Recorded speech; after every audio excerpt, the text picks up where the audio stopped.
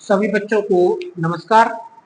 बच्चों, आज हम कक्षा 9वीं गणित अध्याय 1 संख्या पद्धति इसके अगले लेक्चर में उदाहरण प्रश्नावली 1.3 के प्रश्न क्रमांक 4 और प्रश्न क्रमांक 5 पर चर्चा करेंगे। ठीक है, इसको समझेंगे। प्रश्न क्रमांक 4 हमसे कहता है कि 0.99999 डॉट डॉट डॉट को p बटे q के रूप में व्यक्त कीजिए। उसमें आगे और भी लिखा है कि आप उत्तर से आश्चर्यचकित होंगे और टीचर से चर्चा कीजिए।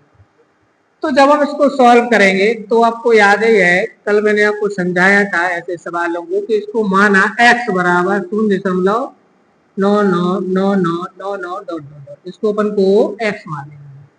फिर आपको याद होगा जिस अंक की पुनरावृत्ति होती है उतने जीरो लगाकर एक के बाद गुणा करते हैं। एक अंक की पुनरावृत्ति है तो 10 से गुणा करते हैं, तो लिखेंगे दोनों पक्षों में 10 से गुणा करने पर 10 से गुणा करने पर तो यहाँ पर आएगा 10x, यहाँ पर आएगा 10 गुणित 0.9999 डॉट डॉट डॉट। अब यहाँ पर 10 से गुणा करेंगे तो 10x बराबर आएगा 9.999 डॉट डॉट डॉट। अब हम इसको लिख देंगे 10x। तो आपको कल बताया था कि इसको ऐसे तोड़ना है कि ये निकल आए।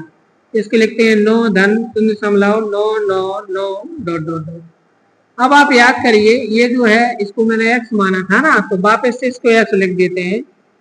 तो यहाँ पर 10x बराबर आएगा 9 धन x। x को पक्षांतर कर लो तो 10x माइनस x बराबर 9 आ जाएगा। यहाँ से 9x बराबर 9 आ जाएगा, तो x बराबर आएगा 9/9। ये तो गजब हो गया, बराबर 1। तो हमने क्या देखा कि यहाँ पर जो आंसर है वो 1 आया है। तो यही इसका आश्चर्यजनक स्वरूप है कि इसको एक्चुअली में ये 1 के बराबर है। अप्रोक्स मान, क्योंकि ये 9 हमेशा आता जाएगा, तो इसका जो सीमांत मान है, इसका जो लास्ट है, जो मान अप्रोक्स होगा वो कितना होगा? 1 होगा। इसलिए इस उत्तर में थोड़ा सा आश्चर्यजनक चीज है।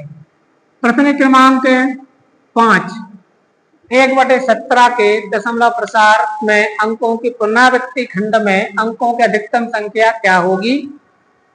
अपने उत्तर की जांच करने के लिए विभाजन क्रिया कीजिए। तो बच्चों, कोई भी परिमेय संख्या हो, अगर उसका दशमलव निरूपण अशांत आवर्ती है तब उसके अंकों के पुनरावृत्ति खंड में अंकों की अधिकतम संख्या भाग देने वाली संख्या से 1 कम होती है, 1 कम। तो यहाँ पर आप देख पा रहे हैं, यहाँ पर 17 है, तो पुनरावृत्ति खंड में अंकों की अधिकतम संख्या 16 होगी। यहाँ लिखेंगे पुनरावृत्ति खंड में अंकों की अधिकतम संख्या, अधिकतम है या इससे कम भी हो सकती है, अधिकतम संख्या 16 होगी। ये तो हमारा हुआ पहले प्रश्न का उत्तर। ठीक है बच्चों, अधिकतम संख्या 16 होगी, मतलब 16 से कम भी हो सकती है किसी किसी में, लेकिन कभी उसमें जो हर होगा उससे 1 कम करके, उससे ज्यादा नहीं होती है। अब अपन क्या करें, उससे कम होती है पर अब हम इसको कह रहा है कि विभाजन क्रिया करके उत्तर की जांच करो। तो हम 1 में 17 का भाग देंगे और ये जांच करेंगे कि 16 आ रहा है या ज्यादा आ रहा है। तो 17 शून्य शून्य, तो यहाँ पर 1 बचेगा। अब यहाँ पर हमने पॉइंट लगाया, यहाँ पर एक 0 बढ़ाया। अब हम रिमाइंडर में, विशेष फल में 1 0 कभी भी बढ़ा सकते हैं रिमाइंडर में। तो 17 शून्य शून्य घटाओ, तो यहाँ पर 10 बचेगा। अब 1 शून्य बढ़ा दो, 100 हो जाएंगे। तो अब आप 17 का टेबल पढ़ो कि 100 से ज्यादा नहीं हो पाए, तो 17 पना 85 घटाइए, तो यहाँ पर 15 बचेगा। 1 शून्य बढ़ा दे 150, तो 17 छंग 100, 17 सत्ते 100 नहीं, 17 अट्ठे 136, 17 अट्ठे 136, ये घटाइए तो बचेंगे 4, और यहाँ पर 1 14। 1 शून्य बढ़ा दो, फिर 17 का देवे पढ़ो, तो 17 अट्ठे 136, 4 बचेंगे 40 हो जाएंगे। 17 दूनी 34, 6 बचेंगे 60 हो जाएंगे। यहाँ पर आ जाते हैं यहाँ पर देखिएगा नहीं, तो 17 की 51, तो -51 करेंगे 60 में से, तो 9 बचेंगे तो 90 कर देंगे। 17 अपने 85, 5 बचेंगे, 0 बढ़ा देंगे 90। 17 दूनी 34, कितने बचेंगे? 34 6, 40 10 50 16 बचेंगे, 160 हो जाएंगे। 17 नम्मा 153, तो कितने बचेंगे? 7 बचेंगे, 70 हो जाएंगे। 17 चौके 68, 2 हो जाएंगे, 20 हो जाएंगे। 17 एकम 17, 3 30 हो जाएंगे। तो 17 घटाइए, 30 में से 17 गए, 13 हो जाएंगे।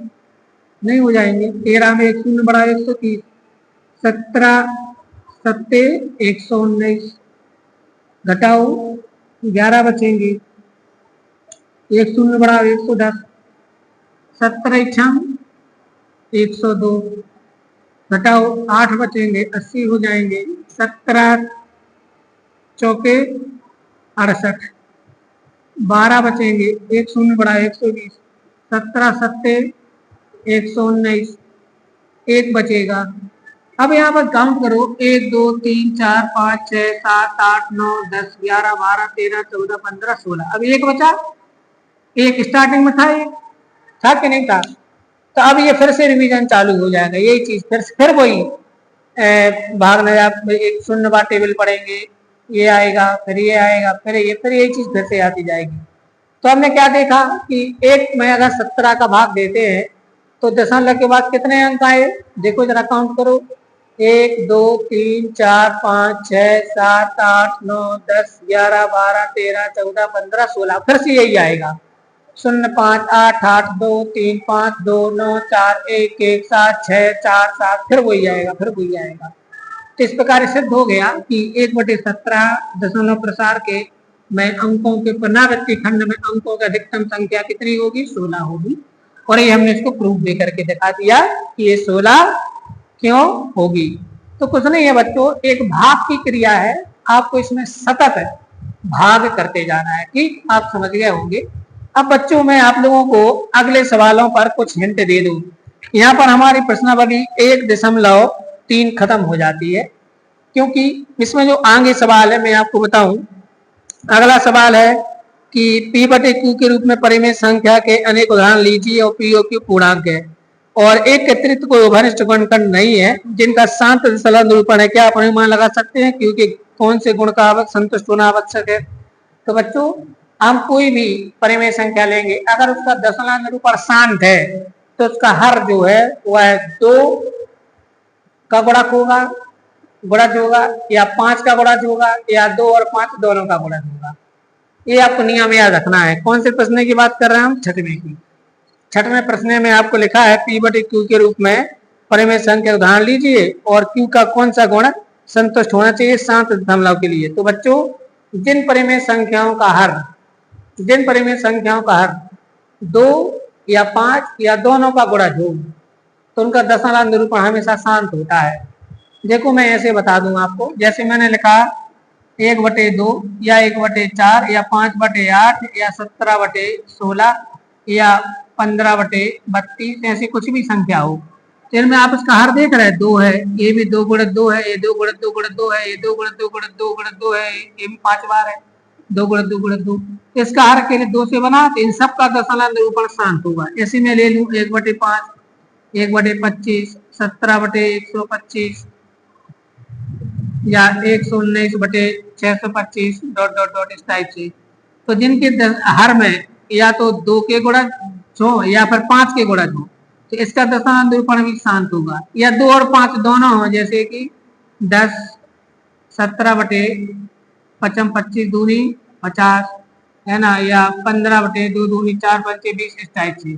तो इसका जो हर है ये 2 और 5 का गुणज है, ये भी 2 और 5 से, ये भी 2 और 5 से बना है।